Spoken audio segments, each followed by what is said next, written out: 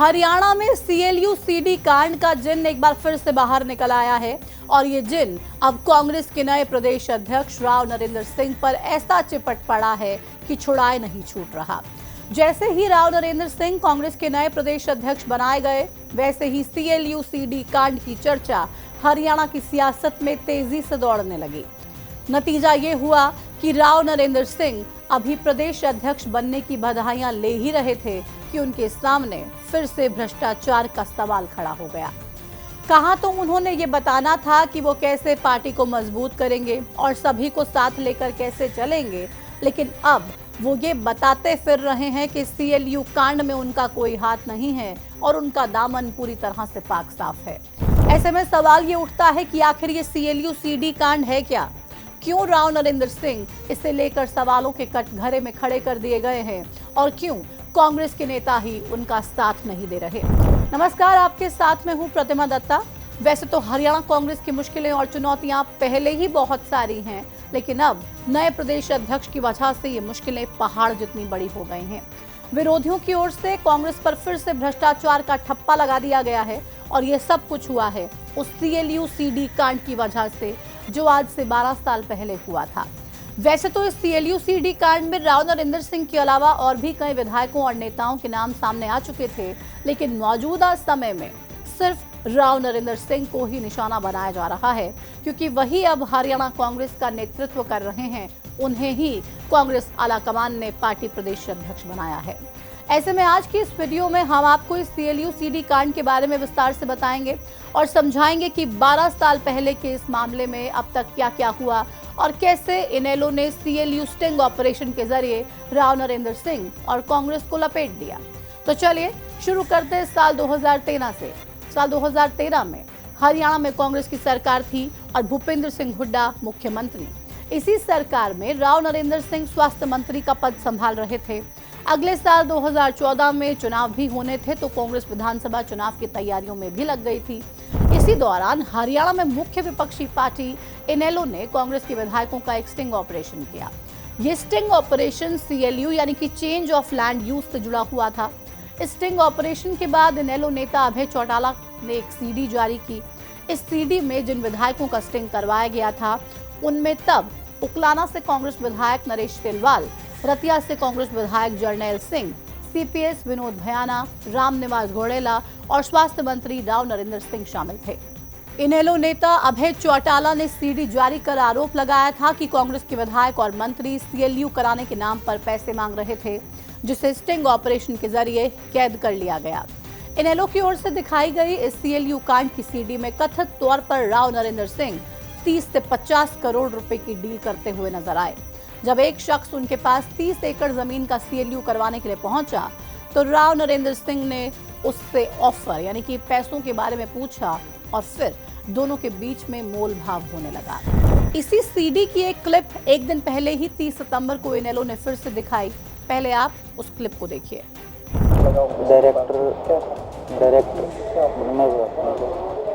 Offer तो आप बताएंगे सर, हम तो वैसे बता सकते हैं मतलब 30 से 50 के बीच में कहीं भी सेट हो सकता है सर। वो मतलब यहाँ 50 तक पहुँचने वाला बंदा। जी जी हाँ जी जी जी बात लेट हुई, तो कोई दिक्कत नहीं है सर। इनेलो का दावा है कि हुड्डा सरकार में सीएलयू करवाने के नाम पर करोड़ों का घोटाला हुआ और इसमें कांग्रेस के विधायक और मंत्री शामिल थे। ये मामला 2013 में मीडिया में खूब उछला, जिसके बाद लोकायुक्त और फिर विजिलेंस ब्यूरो ने इसकी जांच शुरू कर दी। हालांकि कांग्रेस सरकार में इस मुद्दे पर कोई एक्शन नहीं हुआ, लेकिन जब 2014 में हरियाणा में बीजेपी की सरकार आई, तो साल 2015 में इस मामले में लोकायुक्त ने कांग्रेस के तत्कालीन 5 विधायकों के खिलाफ एफआईआर दर्ज करने की सिफारिश की। एफआईआर में जिन विधायकों पर आरोप लगे, उनमें राव नरेंद्र सिंह के अलावा तब कांग्रेस के विधायक जर्नैल सिंह, नरेश तेलवाल और रामनिवास घोड़ेला प्रमुख हैं। इन पर आरोप है कि इन्होंने 5 करोड़ रुपए तक की रिश्वत मांगी ताकि एक प्लॉट या फिर संस्थान को सीएलयू मिल सके। वहीं मामले में विनोद भयाना का नाम भी सामने आया, जो अब बीजेपी के विधायक हैं। इसी के साथ ही मामले में आरोपी बनाए गए विधायकों पर जब गिरफ्तारी की तलवार लटक रही थी, तो पंजाब हरियाणा हाई कोर्ट से उन्हें बड़ी राहत मिल गई। 2018 में जब मामला पंजाब हरियाणा हाई कोर्ट में पहुंचा तो कोर्ट ने इन विधायकों की गिरफ्तारी पर रोक लगा दी। वहीं इसके 4 साल बाद विजिलेंस ने मामले में हिसार से भुवनेश इलावड़ी नाम के एक शख्स को गिरफ्तार किया। आरोप है कि इन नेताओं से बातचीत करवाने और स्टिंग कराने का काम भुवनेश इलावड़ी ने ही किया था। भुवनेश की गिरफ्तारी के 3 साल बाद इस मामले में इसी साल सितंबर में एंटी करप्शन ब्यूरो ने कांग्रेस विधायक जर्नैल सिंह के खिलाफ जिला अदालत में चार्जशीट दाखिल की। ब्यूरो की ओर से दायर आरोप पत्र करीब 500 पेज का है। आरोप पत्र पर अदालत ने रतिया के विधायक जर्नैल सिंह को 20 अक्टूबर तक अदालत में पेश होने का नोटिस जारी किया। इसके अलावा किसी भी आरोपी पर कोई एक्शन अभी तक नहीं हुआ है। हालांकि अब कांग्रेस की सियासत में ये मामला फिर से उछल गया है। राव नरेंद्र सिंह पर भ्रष्टाचार के आरोप लगाते हुए इनेलो ने फिर से सीएलयू कांड की सीडी को जारी कर दिया। सभी के केस हाईकोर्ट में पेंडिंग हैं। प्रिवेंशन ऑफ करप्शन एक्ट सब पे लागू है। आज जो प्रदेश के अध्यक्ष बनाए गए हैं राव नरेंद्र सिंह जी, उन पे भ्रष्टाचार के आरोप हैं। वहीं इनेलो के इन आरोपों पर राव नरेंद्र सिंह ने भी जवाब दिया। उन्होंने कहा कि घटिया राजनीति की इंतहा होती है और इनेलो वो लगातार करती चली आ रही है। करीब 12 साल पुराने इस मामले को आज उठाने का मतलब साफ है किसके इशारे पर ऐसा किया गया है। लोकायुक्त ने अपनी जांच में कहा था कि सीडी में एडिटिंग की गई है और इस सीडी में हुई बातचीत का धन के आदान प्रदान से कोई लेना देना नहीं है। यदि कोई व्यक्ति किसी नेता के पास काम के लिए आए और उसकी बात को रिकॉर्ड कर सार्वजनिक कर दिया जाए तो ये कहाँ की राजनीति है। मैंने बातचीत शुरू होते ही कहा था कि जिस विभाग का काम बता रहे हो वो मेरा विभाग नहीं है। कुल मिलाकर राव नरेंद्र सिंह ये दावा कर रहे हैं कि सीएलयू घोटाला जैसा कोई केस हुआ ही नहीं है और ना ही उनकी कोई भूमिका उसमें रही है। यहाँ तक कि उन्होंने इनेलो की ओर से जारी सीडी को भी एक तरह से झूठा और फर्जी बता दिया। लेकिन राव नरेंद्र सिंह के इस जवाब के बाद भी हरियाणा में सीएलयू सीडी कांड पर सियासत थमती हुई नजर नहीं आ रही है। इनेलो के बाद अब बीजेपी भी कांग्रेस को भ्रष्टाचार के आरोपों पर घेर रही है। मुख्यमंत्री नायब सैनी भी इनेलो और कांग्रेस की सीडी वाली लड़ाई में कूद पड़े हैं और कांग्रेस को सुनाना शुरू कर दिया। अरीना ने ये गलत किया है। INLD वालों, कौन नहीं जानता कांग्रेस के बारे में। उनकी सीडी आपके सामने है, विधानसभा के चुनाव में है।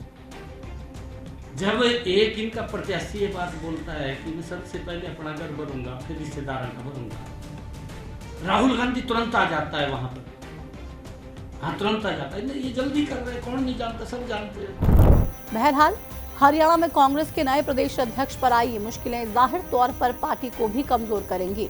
लेकिन सवाल ये है कि क्या कांग्रेस हाईकमान अब अपने फैसले पर फिर से विचार कर सकता है? क्या भ्रष्टाचार के आरोपों में घिरे नए प्रदेश अध्यक्ष राव नरेंद्र सिंह को लेकर पार्टी अपना फैसला बदल सकती है?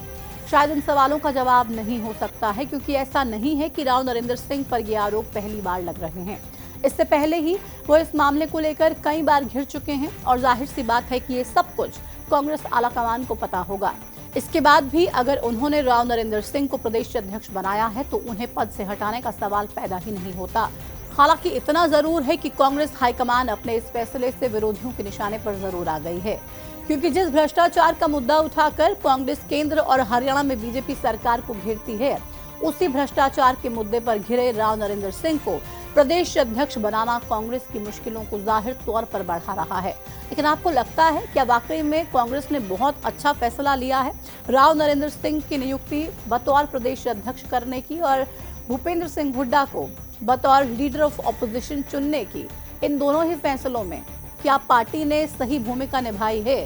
क्योंकि भ्रष्टाचार पर सबसे ज्यादा सवाल कांग्रेस पार्टी खड़े करती है और आरोप लगाती है कि बीजेपी ने बहुत सारा भ्रष्टाचार किया। लेकिन ये दोनों नाम जो चुने हैं पार्टी आलाकमान ने, हरियाणा में अक्सर बीजेपी और तमाम दूसरी पार्टियां इनको कोसती हैं और इनके भ्रष्टाचार को लेकर जगह जगह पर पोस्टर लगाने शुरू कर देती हैं। आपको कांग्रेस पार्टी का, कांग्रेस आलाकमान का ये फैसला कैसा लगा? कमेंट सेक्शन में जुड़िए और जरूर बताइएगा। फिलहाल इस वीडियो में इतना ही। नमस्कार।